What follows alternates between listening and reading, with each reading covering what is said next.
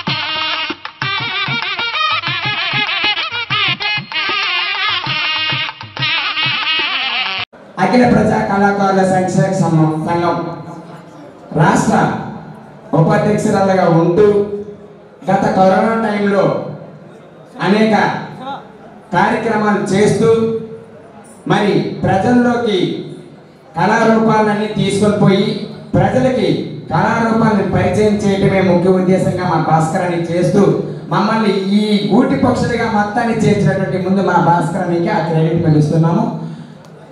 ఈరోజు విజయవాడ వరద బాధితుల సహాయార్థమై లేట్ అయినా కూడా విజయవాడలో ఉన్నటువంటి ప్రజలు ఇంకా ఒక కొలిక్కి రాలేదు.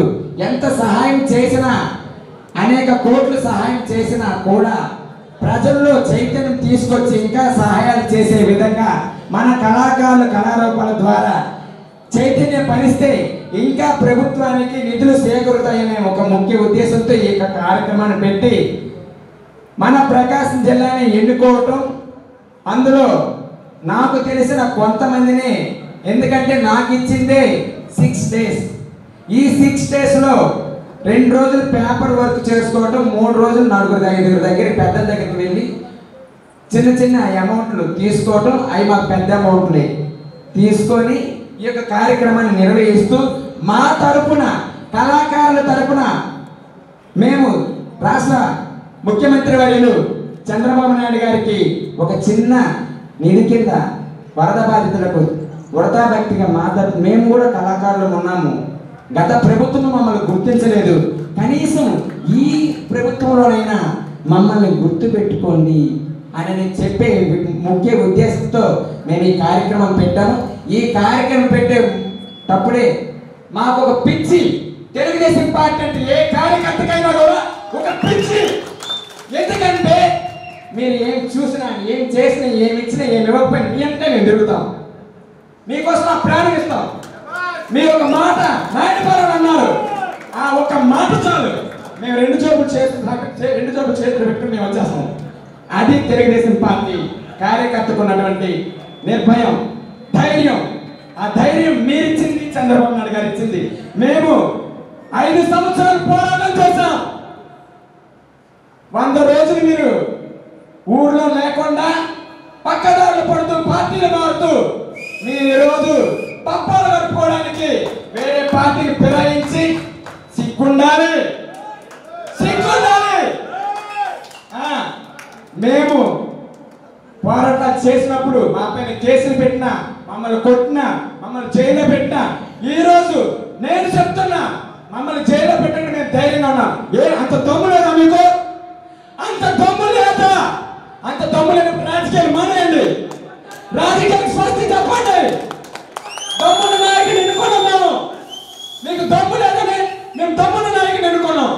మీకు దమ్ముతనే నిరూపించుకొని మీరు భయపడి వేరే తొత్తుల దగ్గరికి మీరు వెళ్ళి వేరే పార్టీలో మీరు చేరి ఈరోజు ఒంగోని సర్వనాశనం చేశారు. అందుకని మేము కూడా ఉన్నాము, కళాకారులందరం కూడా ఈరోజు రాష్ట్ర ప్రభుత్వానికి ఒక ఎన్నుముకగా మేము ఉంటామని మా అఖిల ప్రజా కళాకారుల సంక్షేమ సంఘం తరపున మేము మాటిస్తున్నాం. జనార్దన్ గారు అంటే మేము, సీఎం గారు అంటే నారా చంద్రబాబు నాయుడు గారు అంటే మన జనార్దన్ గారు. ఆయన ఎక్కువ మాట్లాడు, అంత క్షేత్రంతోనే ఉంటుంది కాబట్టి మా జనార్దన్ గారి అంత పనులు చేసే చూపిస్తారు కాబట్టి ఆయనకు మనకు సమయం లేదు కాబట్టి ఆయన గారు ఒక మాట 2 మాటలు మాట్లాడాల్సిందిగా కోరుకుంటాను. Thank you. విశాఖపట్నం కళాకారుల బృందం, అదేవిధంగా ఇలాంటి వాళ్ళంతా కూడా ఈరోజు వచ్చి ఒక మంచి ఉద్దేశంతో, ఇందాక శివ గారు మాట్లాడుతూ ఉంటే నాకు కూడా చాలా బాధ వేసింది. ఎందుకంటే వాళ్ళ ఆరోగ్యం లేక, తినడానికి తిండి లేకపోయినా భగవంతుడు ప్రతి ఒక్కరు కూడా ఒక్కొక్కటి ఇస్తాడు. దానికి మన వాళ్ళకి కళాకారులకి కళలు ఇచ్చాడు. వాళ్ళు చేసే పనులు కానీ అందరినీ కూడా నవ్వించే దాంట్లో కానీ వాళ్ళకు ఒక మంచి భగవంతుడు వాళ్ళకి ఇచ్చిన వరం.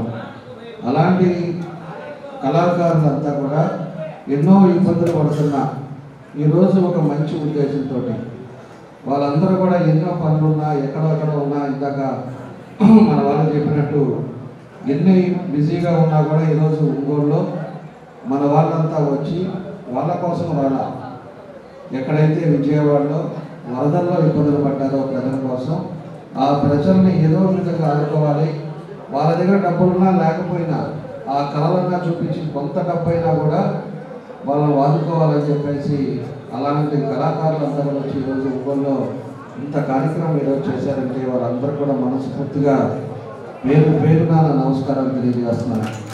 ఈరోజు ఈ మీడియా ద్వారా అవ్వచ్చు, లేకపోతే ఒంగోలులో ప్రజలు కూడా అందరూ కూడా ప్రతి ఒక్కరు కూడా ఆలోచించుకోవాలి.